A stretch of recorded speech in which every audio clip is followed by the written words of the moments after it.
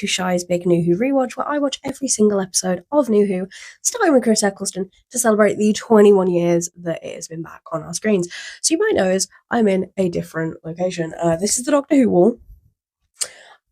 So big Doctor Who posters, got a cross stitch that I did like many moons ago, and just pictures that bring me joy, including my boy Banner Cafalata, who deserves so much more appreciation than he got. He just does.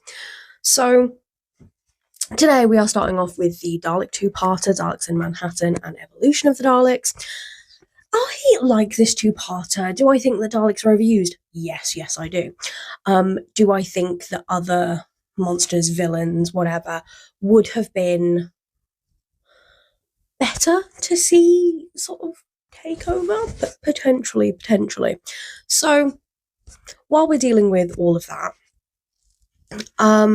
this is one of those times where we notice that Martha has been wearing the same clothes for like, I don't know, a few weeks at this point. Obviously, she gets a wardrobe change in the Lazarus experiment, but I digress. So they go back to the 30s because they really like sending Martha back in time, whereas Rose was more the future and parallel universes. Martha is very much pining over the Doctor.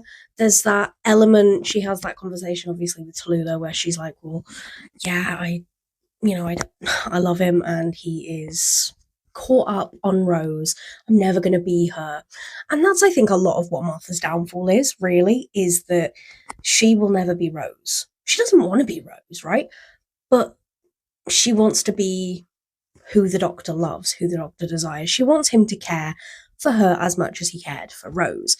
And, that's tough because Rose was, his person, or at least who he sort of says is his person. So we find out that the Daleks are very much taking over Manhattan, that they are finishing off the Empire State Building to make everyone Daleks, basically. So Dalek Sec doesn't like that. He thinks that they should evolve out of the shells, right? He thinks human Dalek hybrid, really great idea. Meanwhile, as a Dalek, talking like he's smoked fucking 50 a day, like the Daleks in this episode feel like they were played by Deirdre Barlow from Coronation Street, quite honestly. Because, yeah, it's just very much like withered Dalek voice, I guess. I think that's what Nick Briggs was going for, because it was very much looking at, it was the Cult of Skaro, but they're tired. There's only 4 of them. They need more Daleks. And obviously they bring in the human Daleks. But in this episode, we also have Andrew Garfield, very, very young Andrew Garfield. And he's spoken in an interview about his time on Doctor Who. And yeah, he said that he really enjoyed it. He saw Tennant as, a theatre actor back when he was in school. And he was like, you know what? That's who I aspire to be as a theatre actor. And that's brilliant. That's really, really brilliant that he sort of got to meet someone who he had idolised, I guess, which is really what a lot of people who have been on Doctor Who can do, really. So they're dealing with all of that. And there's also this encampment. The encampment really reminds me, like, in Hooverville, it reminds me of the encampment in Wishworld, where Shirley takes Ruby. It just really rings the same vibes. And it's like, can the down and outs not like go? Maybe they have a basement. Maybe they have like some kind of warehouse, but it's tent town. They always have tent town. And it's like, right, okay, T Davis, that's you. So we also have dear sweet Laszlo, who has been turned into a pig man, right? And Tallulah, who, obviously adores him, but he doesn't want her to be like, he doesn't want her to see him like that. We then get one of the best practical effects in Doctor Who, has to be said, but also really, really creepy and grotesque. Dalek Sec being birthed from, like, his shell is a really weird, it's a weird sentence to say, let alone, a weird thing to see, really. Like, he is birthed after wrapping his tendrils around this business guy whose name is escaping me. And yeah, he just sort of envelops him and comes out as a Dalek in a suit, which is fun, but also very strange, right? Very, very strange. And I feel like there needs to be more effects like this. Obviously, we go into Lazarus experiment like after this two-parter, and the effects just don't match up. Like the Dalek Sec effect versus Lazarus, just not comparable at all. So we're going to move on to the second part, which is the evolution of the Daleks. And there's not much else to say about this episode that hasn't already been said, really. So obviously, Dalek Sec is a human, and the other Daleks don't like it because he has gained compassion. And what are they going to do to a Dalek who has gained compassion? Kill him, obviously. And it's kind of, I don't know. Obviously, the Daleks lack compassion. That is how they differ from the Doctor. But yeah, he initially wanted to kind of blend with the human race to make Daleks more able to, travel, to make them, less robotic. But what he's actually done is become like really compassionate and thought, oh shit, this is what the human race feel all of the time. And, I like that. I like that there's the, evolution, if you'll pardon the pun, of his feelings, of the way that he expresses himself. But yeah, he gets taken prisoner because they don't like that. There's also the army of Daleks with whisk guns, and don't get me started on the fucking whisk guns. I don't like them. I really don't like them. I think they look really stupid. I think they look really, really, really, really, really stupid. But obviously, the human Daleks don't work out because they're like, well, why? Why have we got to kill them? Like, why? Why? It's like, it's free thought. It's freedom of speech. It's like, they're having that glimmer of free will, which, the Daleks don't like. Also, kind of weird that they had the exact amount of boiler suits for the pigmen. Just find that a little bit weird, to be honest. But yeah, this is one of many episodes where it's like, oh, okay, here's this really famous person before they were famous. We have the same with like a lot of actors and actresses throughout New Who.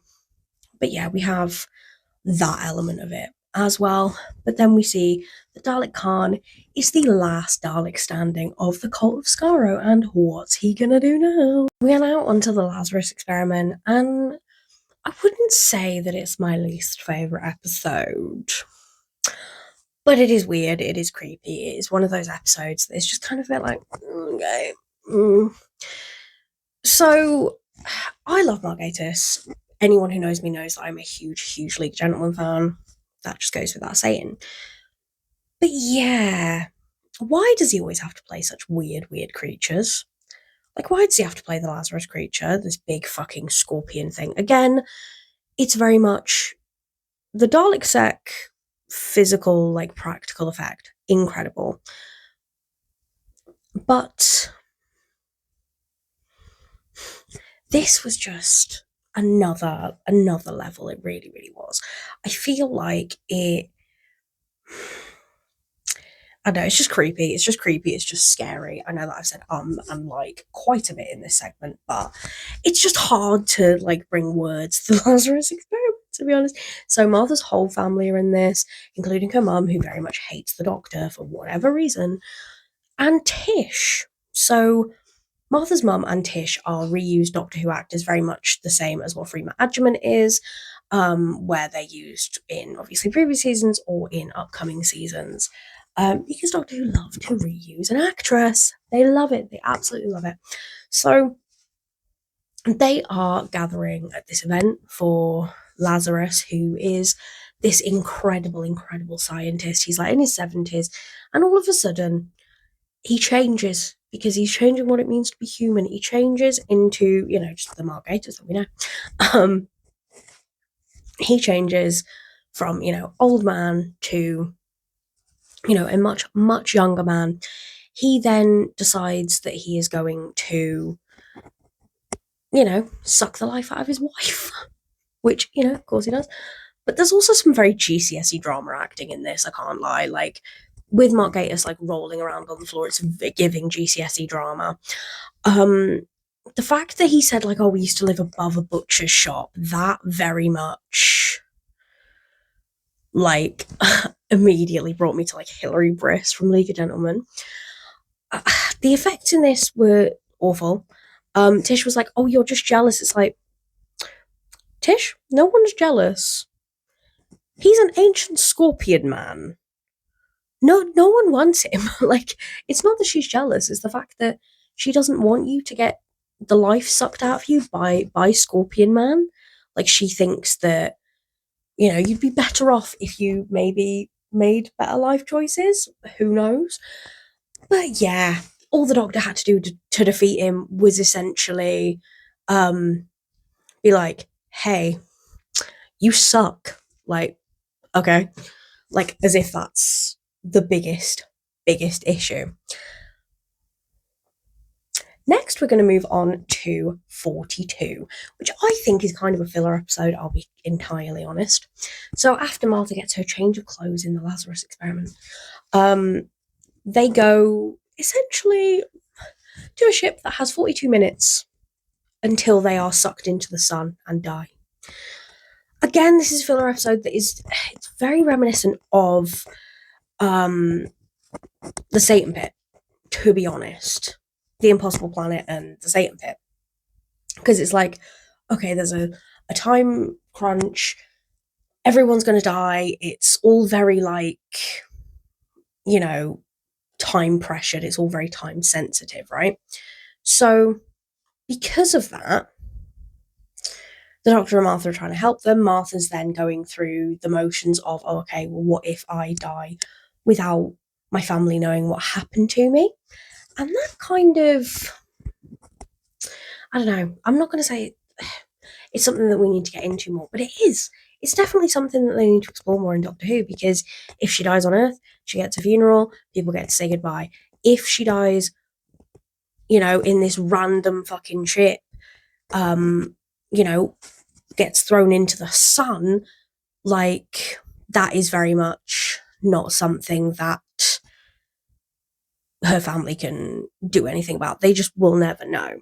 So Martha phones her mum and is like, right, okay, I need to know things are going to be okay.